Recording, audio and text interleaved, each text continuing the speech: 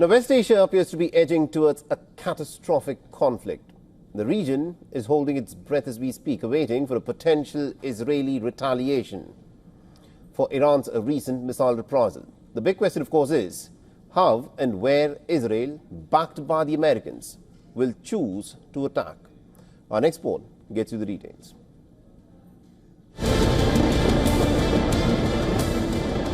Israel unleashes a fresh series of massive airstrikes on Beirut, signaling its readiness for escalation.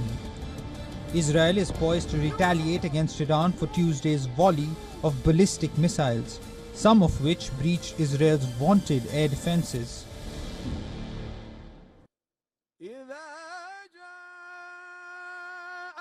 Supreme Leader Ayatollah Ali Khamenei, while leading a massive Friday prayer in Tehran, defends Iran's missile attack on Israel as legal and legitimate. The brilliant operation of the Iranian armed forces in the previous 2 and 3 nights was completely legal and legitimate work. As tension mounts, speculation runs rife about Israel's potential targets in Iran. The US warns against striking nuclear facilities, but even attacks on Iranian oil infrastructure carry enormous risks. Israel options range from targeting strategic assets like gas or oil rigs to directly assaulting one of Iran's nuclear sites. Targeted assassinations and strikes on air defense systems also remain on the table.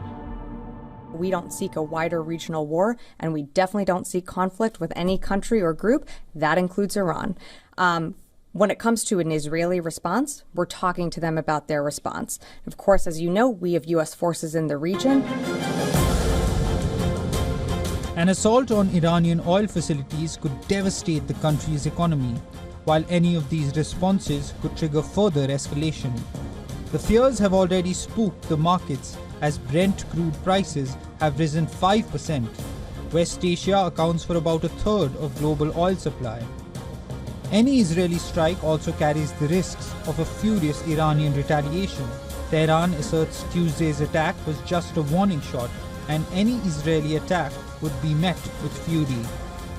Iran commands a vast network of ballistic missiles, drones. Experts point out that the past 2 Iranian missile attacks weren't directed towards civilian targets, and Tehran had notified its partners before launching the attack.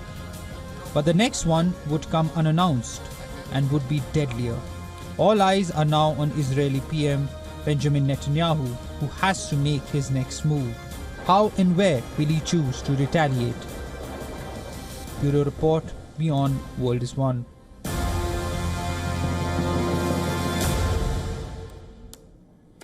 All right, now to give us more perspective in terms of what is happening at this moment in West Asia, we're being joined by Mr. Hanno Klink, who's a former Deputy Assistant Secretary of Defense for East Asia from Warsaw. He's, of course, joining us in this broadcast. Mr. Klink, this is a pretty delicate moment that we're witnessing in West Asia. I want you to weigh in on this address that was given earlier this afternoon by Ayatollah Ali Khamenei. What do you think was the message that was given to him, to the West? Well, I think the primary audience for the Supreme Leader's comments was actually a domestic audience, the Iranian people.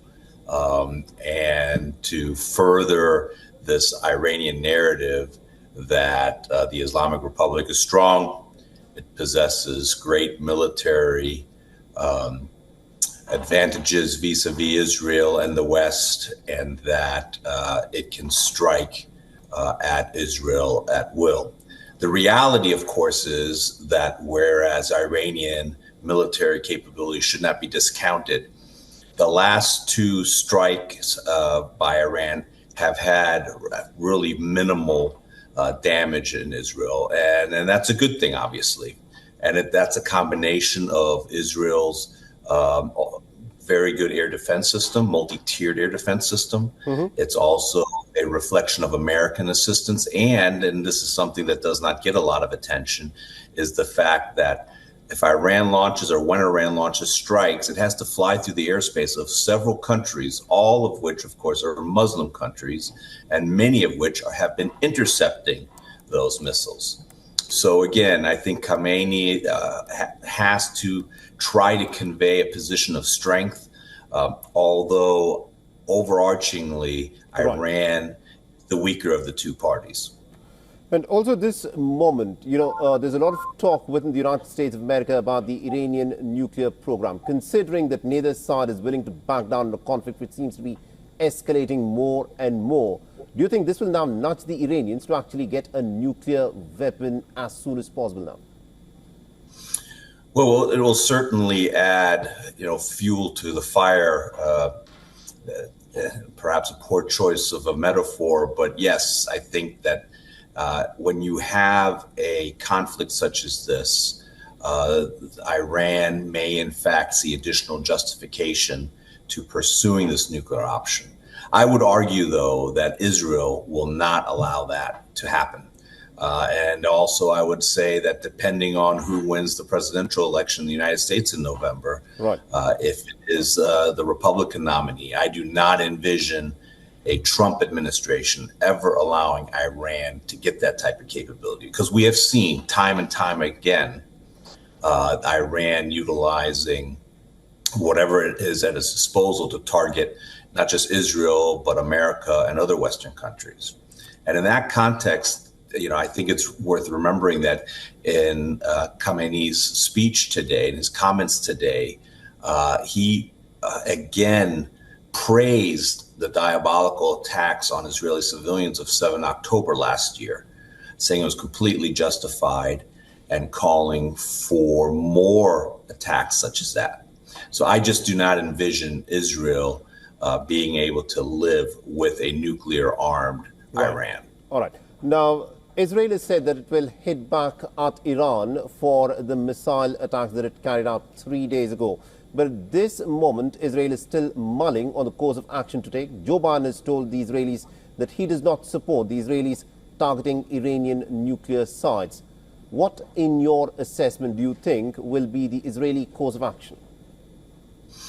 Well, I think history has shown over the last year, and actually, particularly over the last year, that the Biden administration has had very, very little influence in shaping Prime Minister Netanyahu's actions. So President Biden, publicly tried to dissuade the Israelis from attacking nuclear sites. He also publicly has spoken out against potentially Israel targeting oil refineries and oil sites within Israel. So, I think at the end of the day, Prime Minister Netanyahu will target areas, have the IDF target areas that will have both a strategic and operational effect on Iran's ability to either wage war or perhaps to, again, deter Iran from taking additional hostile actions. All right. We'll have to leave there. Thank you very much indeed, Mr. Kling, for joining us and getting his dark perspective there. Thank you. For all the latest news, download the WION app and subscribe to our YouTube channel.